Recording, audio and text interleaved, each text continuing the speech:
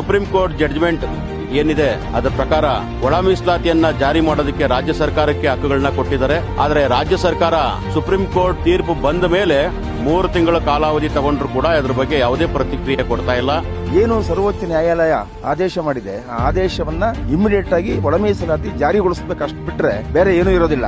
ಜನಗಳು ಒಗ್ಗಟ್ಟಾದ್ರೆ ಎಲ್ಲಾ ನಾಯಕರುಗಳು ಒಗ್ಗಟ್ಟಾಗ್ತಾರೆ. ನೆಪ ಹೇಳ್ಕೊಂಡು ನಮ್ಮನ್ನ ದಡ್ಡನಾಗಿ ಮಾಡ್ತಾ ಇದ್ದಾರೆ. ಒಳ ಮೀಸಲಾತಿ ಜಾರಿ ಮಾಡಲಿಲ್ಲ ಅಂದ್ರೆ ಇಡೀ ರಾಜ್ಯಾದ್ಯಂತ ದೊಡ್ಡ ಆಂದೋಲನ ಮತ್ತು ಪ್ರತಿಭಟನೆಗಳನ್ನ ಹಮ್ಮಿಕೋಬೇಕಾಗುತ್ತೆ ಅಂತ ಸರ್ಕಾರಕ್ಕೆ ಎಚ್ಚರಿಕೆಯನ್ನು ಕೊಡ್ತಾ ಇದ್ದೀವಿ. ಒಳ ಮೀಸಲಾತಿ ಜಾರಿಗಾಗಿ ಮಾದಿಗ ಸಮುದಾಯಗಳ ಸ್ವಾಭಿಮಾನದ ಒಕ್ಕೂಟ, ಆ ಒಕ್ಕೂಟದಲ್ಲಿ ಕರ್ನಾಟಕ ರಾಜ್ಯದ ಬಹಳ ಪ್ರಮುಖವಾದ ಸಂಘಟನೆಗಳಾದ ದಲಿತ ಸಂಘರ್ಷ ಸಮಿತಿಗಳು, ಮಾದಿಗ ದಂಡೋರಗಳು ಮತ್ತು ಮಾದಿಗ ಸಂಘಟನೆಗಳು ಒಟ್ಟಾಗಿ ಸೇರಿ ಈ ಒಕ್ಕೂಟವನ್ನು ರಚನೆ ಮಾಡಿಕೊಂಡು ಸುಪ್ರೀಂ ಕೋರ್ಟ್ ಜಡ್ಜ್ಮೆಂಟ್ ಏನಿದೆ ಅದರ ಪ್ರಕಾರ ಒಳ ಮೀಸಲಾತಿಯನ್ನು ಜಾರಿ ಮಾಡೋದಕ್ಕೆ ರಾಜ್ಯ ಸರ್ಕಾರಕ್ಕೆ ಹಕ್ಕುಗಳನ್ನ ಕೊಟ್ಟಿದ್ದಾರೆ. ಆದರೆ ರಾಜ್ಯ ಸರ್ಕಾರ ಸುಪ್ರೀಂ ಕೋರ್ಟ್ ತೀರ್ಪು ಬಂದ ಮೇಲೆ 3 ತಿಂಗಳ ಕಾಲಾವಧಿ ತಗೊಂಡ್ರು ಕೂಡ ಅದ್ರ ಬಗ್ಗೆ ಯಾವುದೇ ಪ್ರತಿಕ್ರಿಯೆ ಕೊಡ್ತಾ ಇಲ್ಲ. ಹಾಗೆ ನಾಗಮೋಹನ್ ದಾಸ್ ಅವರ ಆಯೋಗವನ್ನು ರಚನೆ ಮಾಡಿದೆ. ಆ ನಾಗಮೋಹನ್ ದಾಸ್ ಆಯೋಗಕ್ಕೆ ಇವತ್ತು ಕೂಡ ಕಚೇರಿ ಸೌಲಭ್ಯ ಆಗಲಿ ಮತ್ತು ಆಫೀಸ್ ಆಗಲಿ ಮೂಲಭೂತ ಸೌಕರ್ಯಗಳಾಗಲಿ ಕೆಲಸವನ್ನು ಪ್ರಾರಂಭ ಮಾಡೋಕ್ಕೆ ಯಾವುದೂ ಕೂಡ ಇಲ್ಲ. ಆದರೆ ಸರ್ಕಾರ ಕ್ಯಾಬಿನೆಟ್ ಡಿಸಿಷನ್ ಮಾತ್ರ 2 ತಿಂಗಳು ತಗೊಂಡಿದೆ. 2 ತಿಂಗಳು ನಂತರನೂ ಕೂಡ ಇವರು ಮಾಡೋದಿಲ್ಲ ಅನ್ನೋದಕ್ಕೆ ನಮಗೆ ಸ್ಪಷ್ಟವಾದ ಉದಾಹರಣೆಗಳು ಸಿಗ್ತಾ ಇದ್ದಾವೆ. ಆಮೇಲೆ ಸರ್ಕಾರಿ ನೇಮಕಾತಿಗಳು ಮಾಡೋದಿಲ್ಲ ಅಂತ ಕ್ಯಾಬಿನೆಟ್ ಡಿಸಿಷನ್ ತಗೊಂಡ್ರು. ಆದರೆ ಸರ್ಕಾರಿ ನೇಮಕಾತಿಗಳು ಪರೋಕ್ಷವಾಗಿ ಅದರ ನೇಮಕಾತಿಗಳು ಮಾಡೋದಕ್ಕೆ ತಯಾರಿ ನಡೆಸ್ತಾ ಇದ್ದಾರೆ. ಇದು ಸರ್ಕಾರ ಮಾಡ್ತಾ ಇರತಕ್ಕಂಥ ದ್ರೋಹ. ಕೇವಲ ಉಪಚುನಾವಣೆಯಲ್ಲಿ ಗೆಲ್ಲೋದಕ್ಕೋಸ್ಕರ ಇವರು ಒಂದು ನಾಟಕವನ್ನು ಆಡಿ ಅದ್ರ ಮೂಲಕ ಜನಗಳಿಗೆ ಮೋಸ ಮಾಡ್ತಕ್ಕಂಥ ಕೆಲಸ ಮಾಡ್ತಾ ಇದ್ದಾರೆ. ಆದ್ದರಿಂದ ಇದನ್ನು ನಾವು ಖಂಡಿಸ್ತಾ ಇದ್ದೀವಿ. ಕೂಡಲೇ ಸರ್ಕಾರದಲ್ಲಿ ಲಭ್ಯ ಇರತಕ್ಕಂಥ ಎಲ್ಲ ದತ್ತಾಂಶಗಳನ್ನು ಇಟ್ಟುಕೊಂಡು ಒಳ ಮೀಸಲಾತಿ ಜಾರಿ ಮಾಡಬೇಕು. ಇಲ್ಲ ಅಂದರೆ ಜನವರಿ ತಿಂಗಳಲ್ಲಿ ನೀವು ತಗೊಂಡಂಥ ಅವಧಿ ಮುಗೀತದೆ.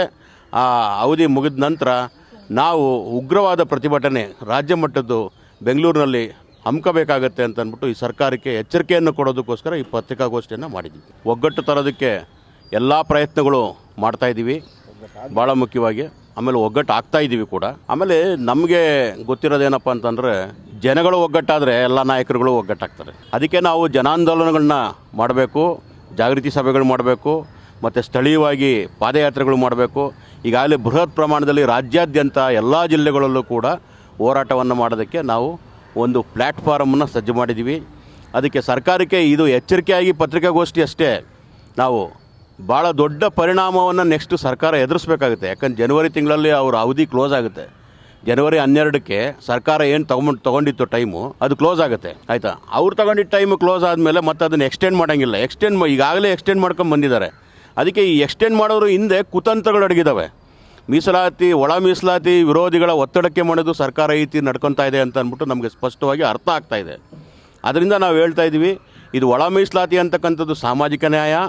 ಅದಕ್ಕೆ ಇರ್ತಕ್ಕಂಥ ಸಂವಿಧಾನದ ಏನು ಚೌಕಟ್ಟಿನಲ್ಲಿ ಇರ್ತಕ್ಕಂಥ ತೊಂದರೆಗಳು ಏನಿತ್ತು ಅದನ್ನು ಕೂಡ ನಿವಾರಣೆ ಮಾಡಿದೆ ಸುಪ್ರೀಂ ಕೋರ್ಟು. ರಾಜ್ಯ ಸರ್ಕಾರಗಳಿಗೆ ಹಕ್ಕು ಕೊಟ್ಟಿದೆ. ನೀವು ಸುಪ್ರೀಂ ಕೋರ್ಟ್ ತೀರ್ಪನ್ನು ಉಲ್ಲಂಘನೆ ಮಾಡದೆ ನೀವು ತಗೊಂಡಂಥ ಟೈಮ್ ಒಳಗೆ ನೀವು ಒಳ ಮೀಸಲಾತಿ ಜಾರಿ ಮಾಡಲಿಲ್ಲ ಅಂದರೆ ಇಡೀ ರಾಜ್ಯಾದ್ಯಂತ ದೊಡ್ಡ ಆಂದೋಲನ ಮತ್ತು ಪ್ರತಿಭಟನೆಗಳನ್ನ ಹಮ್ಮಿಕೋಬೇಕಾಗುತ್ತೆ ಅಂತ ಸರ್ಕಾರಕ್ಕೆ ಎಚ್ಚರಿಕೆಯನ್ನು ಕೊಡ್ತಾ ಇದ್ದೀವಿ. ನಾವು ಈ ಸುಮಾರು 30 ವರ್ಷಗಳಿಂದನೂ ಕೂಡ ಈ ಸಾಮಾಜಿಕ ನ್ಯಾಯಕ್ಕಾಗಿ 30 ವರ್ಷಗಳ ಹೋರಾಟ ಮಾಡಿಕೊಂಡೇ ಬರ್ತಾ ಇದ್ದೀವಿ. ಆದರೂ ಕೂಡ ಎಲ್ಲ ಸರ್ಕಾರಗಳು ಸಬು ಬೆಳ್ಕೊಂಡು ನಮ್ಮನ್ನು ಮುಂದೂಡ್ತಾ ಬರ್ತಾ ಇದ್ದಾರೆ ವಿನಃ ಯಾವುದೇ ಒಂದು ಹಂತಕ್ಕೆ ಸರ್ಕಾರಗಳು ಬರ್ತಾ ಇಲ್ಲ.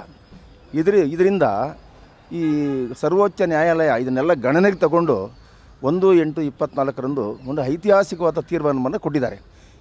ಇದ್ರ ಬಗ್ಗೆ ಯಾರೂ ಯೋಚನೆ ಮಾಡೋಂಥದ್ದಿಲ್ಲ. ದತ್ತಾಂಶಗಳ ಬಗ್ಗೆ ಇನ್ನೊಂದು ಮತ್ತೊಂದು ಅಂತ ಸಬು ಬೀಳದೇನೆ ಏನು ಸರ್ವೋಚ್ಚ ನ್ಯಾಯಾಲಯ ಆದೇಶ ಮಾಡಿದೆ ಆ ಆದೇಶವನ್ನು ಇಮ್ಮಿಡಿಯೇಟಾಗಿ ಒಳ ಮೀಸಲಾತಿ ಜಾರಿಗೊಳಿಸ್ಬೇಕು, ಅಷ್ಟು ಬಿಟ್ಟರೆ ಬೇರೆ ಏನೂ ಇರೋದಿಲ್ಲ.